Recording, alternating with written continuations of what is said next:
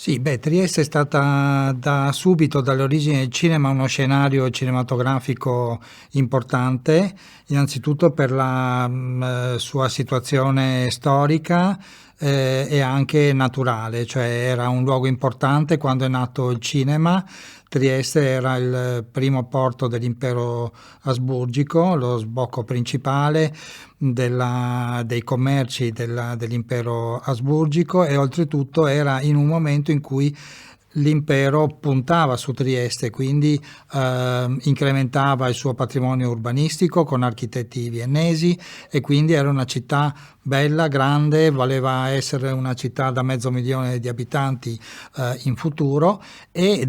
aveva il mare, e aveva anche e ha la collina retrostante, per cui uno scenario vario, con molte situazioni potenziali. Era praticamente una piccola California dove era nata Hollywood,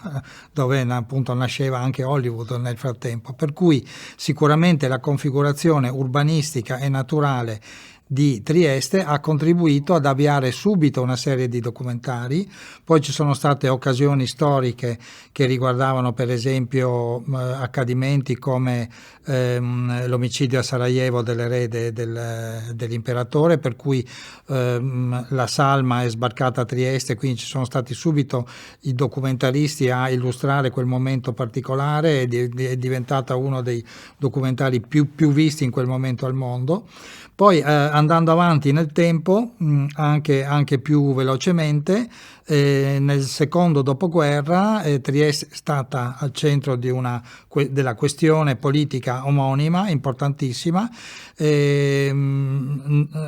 era sotto il territorio, sotto il governo italiano, ma era sotto un governo anglo-americano. Però il suo destino era incerto, e questo ha contribuito all'attenzione mondiale verso questa città, e ha contribuito alle riprese di film che parlavano proprio di questa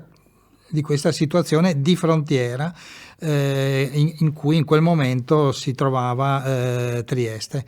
E quindi sono sviluppate storie sia patriottiche sia spionistiche. Poi quando Trieste è tornata all'Italia, in realtà il cinema si è dimenticato sul momento della città, quindi c'è stato un intervallo fra gli anni 50 e i primi anni 60, quando invece in occasione del centenario della nascita di Italo Svevo si è pensato di portare sullo schermo il suo romanzo Senilità, che è stato ambientato a Trieste. È stata una grande produzione con la diva, probabilmente la diva italiana in quel momento più importante e famosa, quantomeno emergente, che era Claudia Cardinale. Il film era Senilità, un grande regista, Mauro Bolognini, ed è un film oltretutto in cui Trieste è bellissima, è letteraria e al tempo stesso bellissima, e da lì è iniziata una storia lunga, importante, di film tratti dalla grande letteratura triestina, perché poi oltretutto non c'era solo Svevo, ma Trieste aveva fra i suoi, diciamo, anche cittadini onorari James Joyce, per cui è stato tratto poi negli anni 90 un film sulla vita di James Joyce e di sua moglie Nora a Trieste, e poi anche film tratti da romanzi e racconti di Saba, di Stuparic, di Vegliani. Il più importante regista in questo filone letterario è stato un triestino, Franco Giraldi, che aveva una storia cinefila molto importante. Ha iniziato come critico per il quotidiano L'Unità, poi era diventato regista prima del cinema di genere, aveva lavorato con Sergio Leone per un pugno di dollari, e poi è diventato regista in proprio, prima con i western all'italiani, e poi tutta l'ultima parte della sua carriera con film tratti dalla letteratura triestina. L'ultimo capitolo, quello che stiamo ancora vivendo adesso, nasce sostanzialmente con gli anni 2000, con una convergenza fra la nascita in tutta Italia delle Film Commission, per cui sorge una Film Commission anche in Friuli Venezia Giulia, e dall'altra la consapevolezza da parte dei registi italiani ma anche di quelli internazionali che Trieste era uno scenario fotogenico e quindi con oltretutto un passato storico e letterario importante, ma anche per la sua fotogenia e anche per il fatto che comunque è una città sia abbastanza famosa ma non tanto famosa come tante altre, come diverse altre città italiane, parlo di Venezia, Firenze, Napoli, Roma eccetera, e quindi questo scenario non immediatamente riconoscibile permetteva alla città di camuffarsi in altre città europee o mediterranee, per cui negli anni è diventata Beirut, Barcellona, Stoccolma, addirittura anche una città portuale dei mari del nord. Però naturalmente il primo film importante che ha utilizzato Trieste in questa veste, insomma, camuffata, è stato Il Padrino parte seconda del grande Francis Ford Coppola, che nel 74 ha girato tutta la parte iniziale di questo film nella vecchia pescheria sulle rive, che era un manufatto, è tuttora esistente, non è più pescheria, è centro espositivo, però è uno straordinario manufatto di archeologia industriale.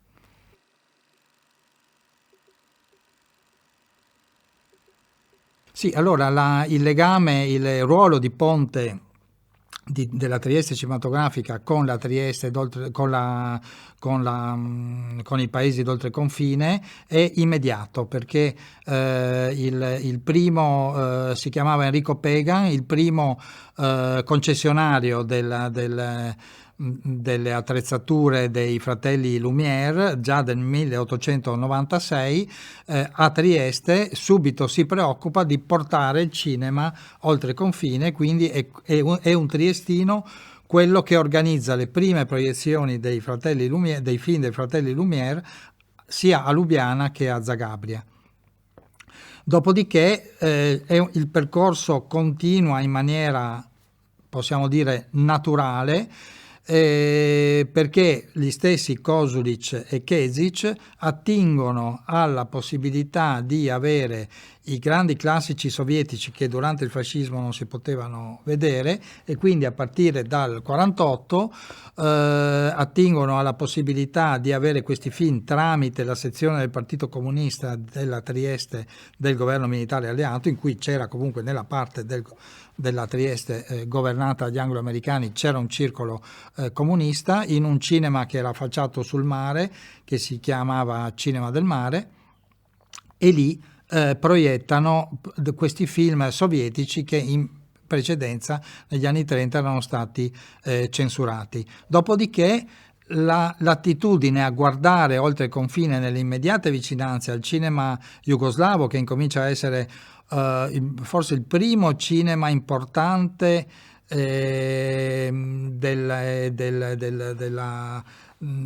nell'atmosfera, nel clima delle nouvelle vague degli anni 50 e 60. Il cinema jugoslavo è il primo che riesce a candidarsi agli Oscar dell'Europa dell'Est come nella categoria dei migliori film stranieri. E la Cappella Underground, che ho citato prima,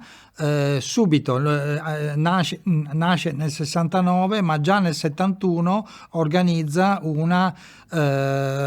grande rassegna sul nuovo cinema jugoslavo. In particolare nel 71 propone una rassegna di Dusan Makavejev, che era uno degli più importanti e anche più noti internazionalmente registi dell'ex Jugoslavia. In quell'anno lì, proprio nel 71, realizza il suo film più importante, che è Wilhelm Reich, I misteri dell'organismo.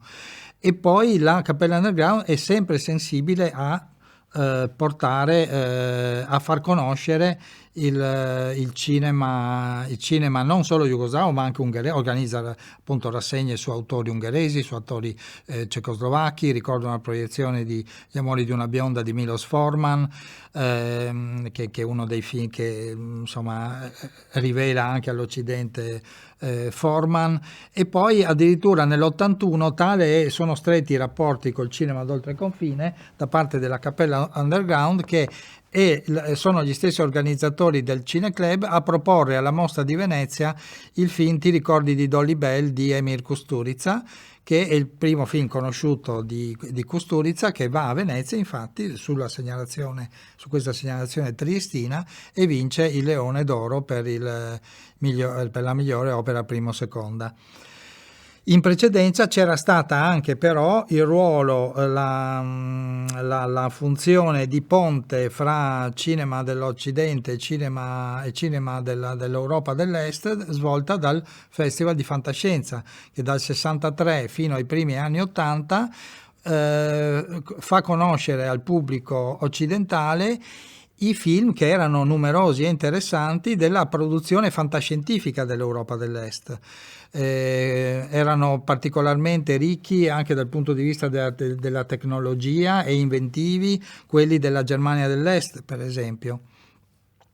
E poi c'erano autori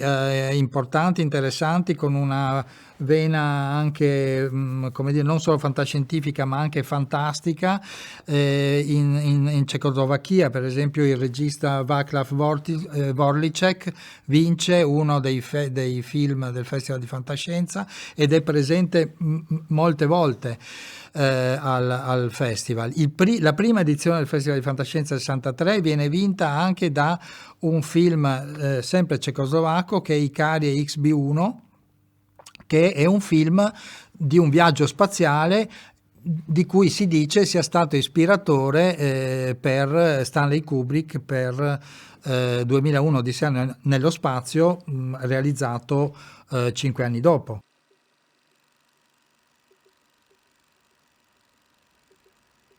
Ma sicuramente sì. Allora, il cinema, se di qualità, ha naturalmente impatto sulle altre nazioni. Il cinema però deve essere naturalmente di qualità, e il cinema centroeuropeo è un cinema che ha una grande tradizione di qualità, perché ricordiamo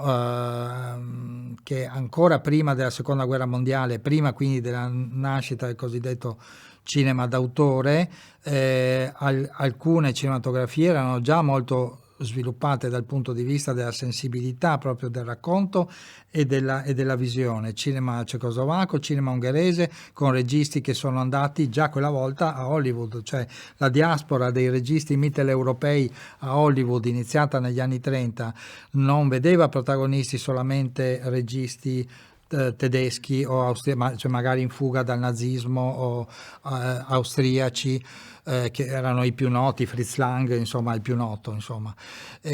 o Billy Wilder, insomma, che era viennese, ma anche registi dell'Ungheria, della